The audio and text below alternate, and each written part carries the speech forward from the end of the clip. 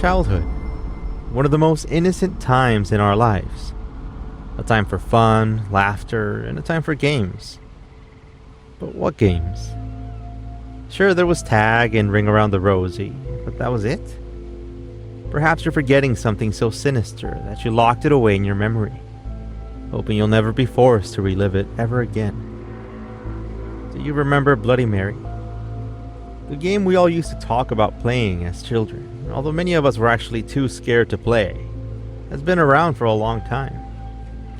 However, it only became well known and established in the United States in the 1970s for unknown reasons. But it didn't take long for this legend to sweep America off her feet. Soon, people were seeing Mary in numerous TV shows such as the cult classic The X-Files, and more recent shows like Supernatural and Charmed. The legend of Bloody Mary is one that gives me chills just thinking about it. My fear soon became all the more justified when I learned of the dark history behind this dark game. Bloody Mary. Bloody Mary. Bloody Mary. Do you want to play? My name is Edwin, and here is a dark memory.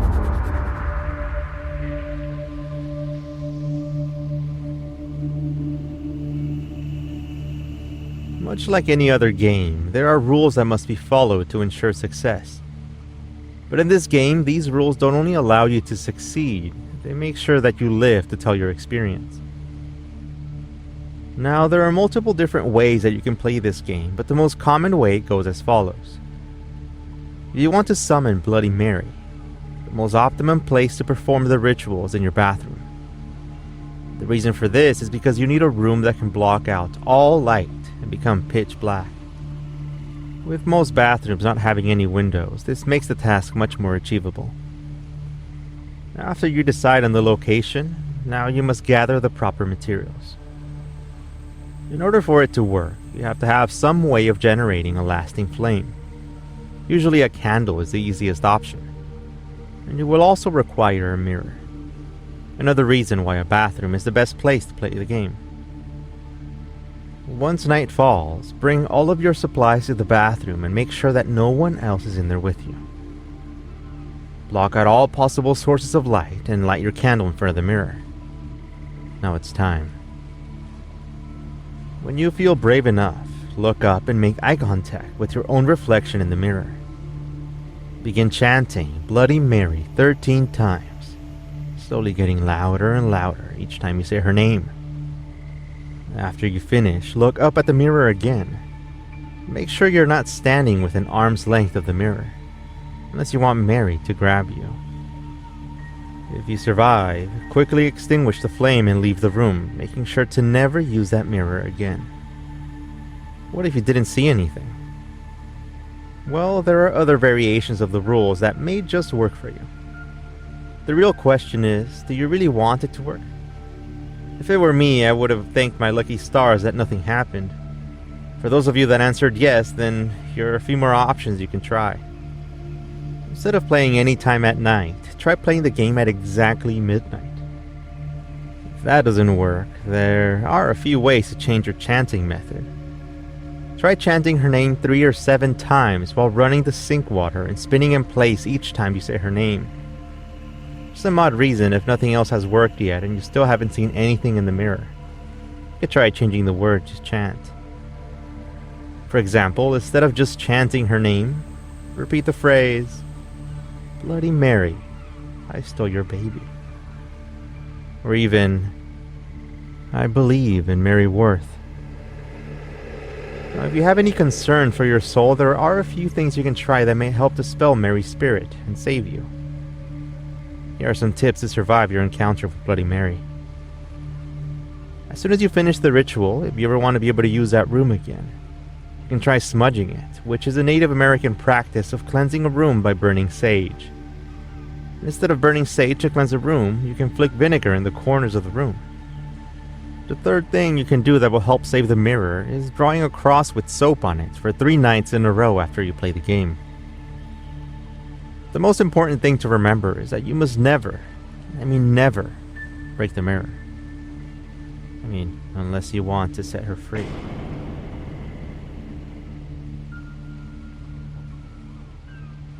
When it comes to rituals, the legend of Bloody Mary was not the first one that involved mirrors.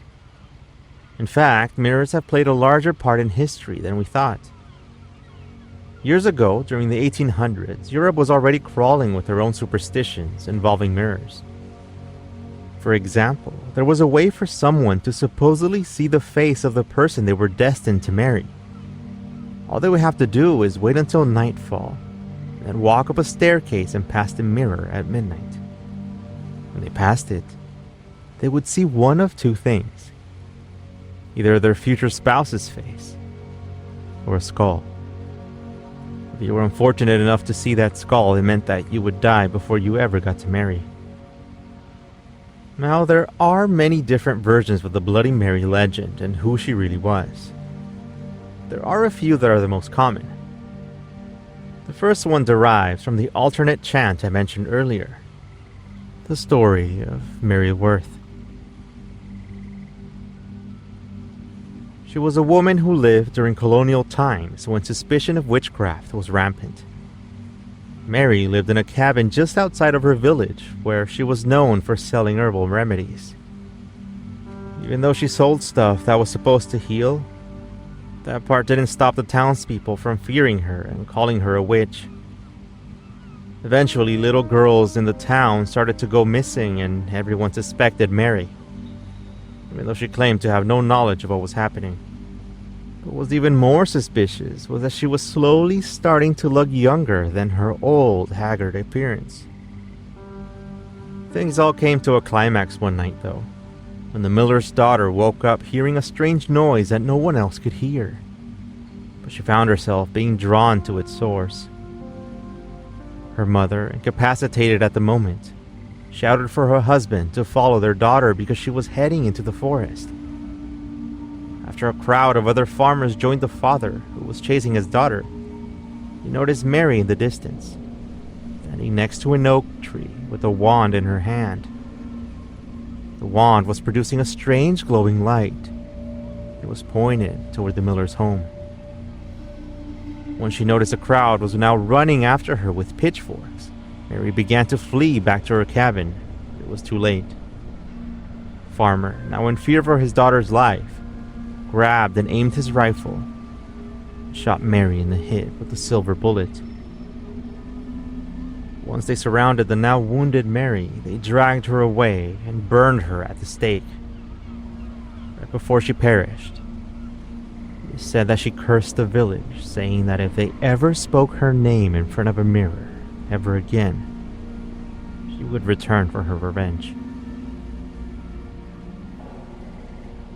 After her death, the mourning villagers raided her cabin, where they found rows of unmarked graves, full of the missing children. Now the suspicious return of her youth finally made sense. The blood of the children she kidnapped were keeping her young and beautiful.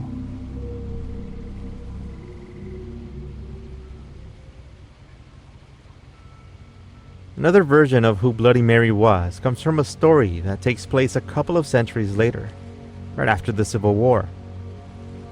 Let's learn about the tragic story of Mary Wales. In this version, Mary Wales was not only a beautiful young woman, she was also very kind, and she was born to Old Man Wales and his wife, Virginia.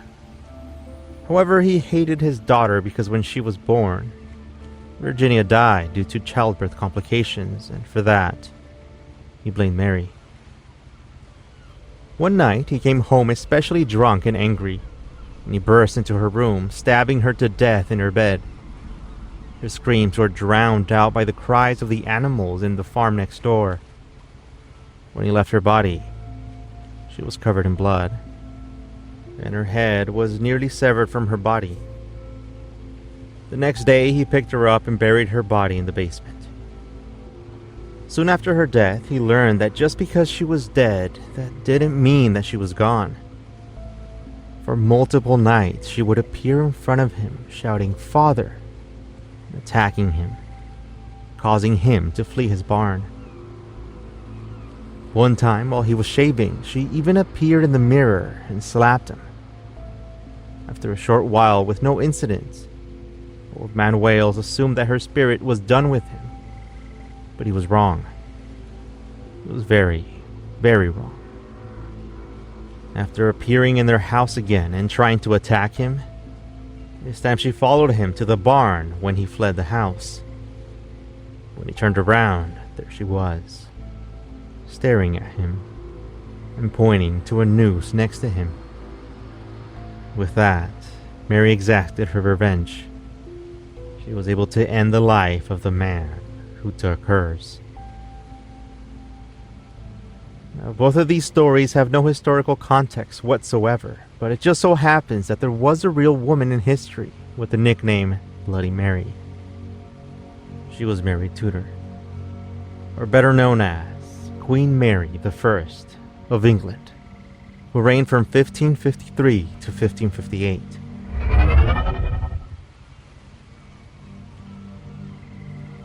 Mary was an illegitimate child of King Henry VIII and Catherine of Aragon. Mary had a very difficult life.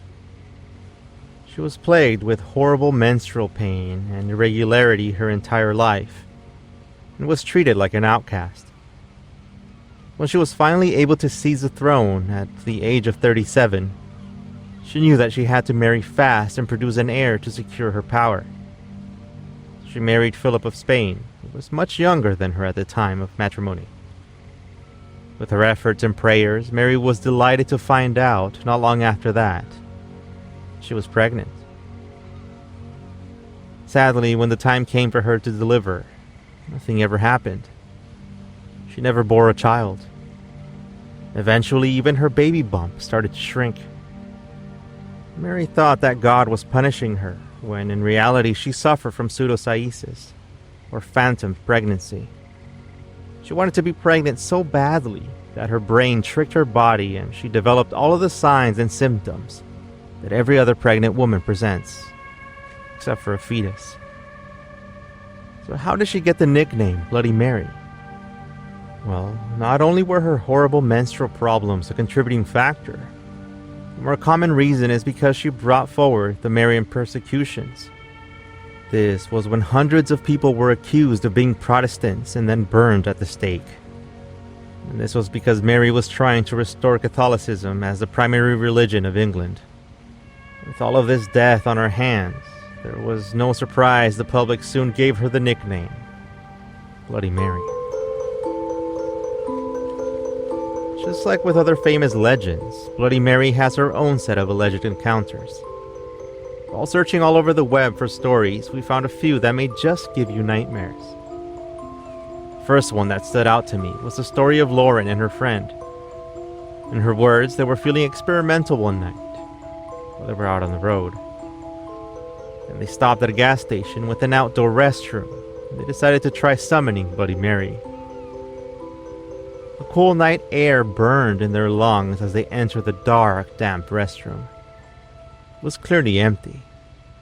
They couldn't shake the feeling that they were not alone. Their mission clear in their mind. So Lauren turned off the light and they both approached the mirror. After splashing it with water, they started to spin around and repeat Bloody Mary 3 times. After they finished, Lauren's friend went to flush a toilet while Lauren continued to stare into the mirror, only to realize that what little she could see of her reflection was slowly turning red. When her friend started screaming, they both ran outside the bathroom, fearful for their lives. Once they had light again, her friend finally noticed why Lauren's reflection was turning red. Much to their horror, they realized that it was because her face was actually covered in blood due to tiny, deep fingernail scratches all over her face. Needless to say, that was the last time they ever tried to summon Mary. Another story that gave us chills was Marissa's story. According to her, she was just finishing watching an episode of the famous show Ghost Whisperer. It was actually about the legend of Bloody Mary. Feeling inspired by it, Marissa decided that she wanted to try and scare her friend. In an effort to achieve this, she looked into her living room mirror, spun around 3 times, and chanted Bloody Mary. Nothing happened, unsurprisingly, so she went to the bathroom to try again, even though her friend warned her not to. They closed the door, shut off the lights, and repeated the chant yet again. Looking into the mirror this time, she saw nothing. She was just about to turn the light on, and something in the mirror stopped her. Looking closer, Marissa saw a black and white woman staring at her, with her mouth wide open. Expecting a scream from the woman, Marissa stood still, waiting. Nothing happened. Then, the apparition lifted her arms toward Marissa. She noticed something. Her hands were covered with bright red blood, because her fingernails had been torn off. Her heart now pounding faster than it had ever been, Marissa felt hands grab her from behind. Screaming, she turned on the light and ran out of the bathroom. It turns out not only did she scare her friend, but she ended up terrifying herself.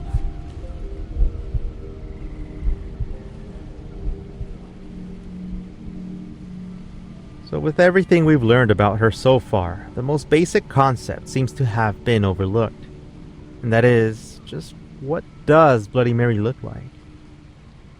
There are many different ideas about Bloody Mary's image, such as she either takes on the appearance of how she died, as a corpse, or she appears like a haggard witch, ready to steal the souls of her unlucky victims. With all of the different concepts out there, there is one constant that is always described in the way she looks. She is always covered in blood. Always. Whether it be on her face or hands, blood is, without a doubt, the one constant in Bloody Mary.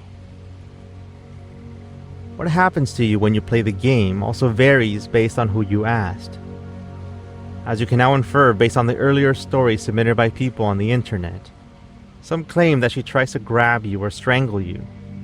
Some say she screams and curses you or tries to steal your soul. And lastly, other claims that she either wants to drink your blood or scratch your eyes out. No matter the consequence for playing the game, I think everyone can agree that none of them are pleasant. Now that you know everything there is to know about Bloody Mary, want to play?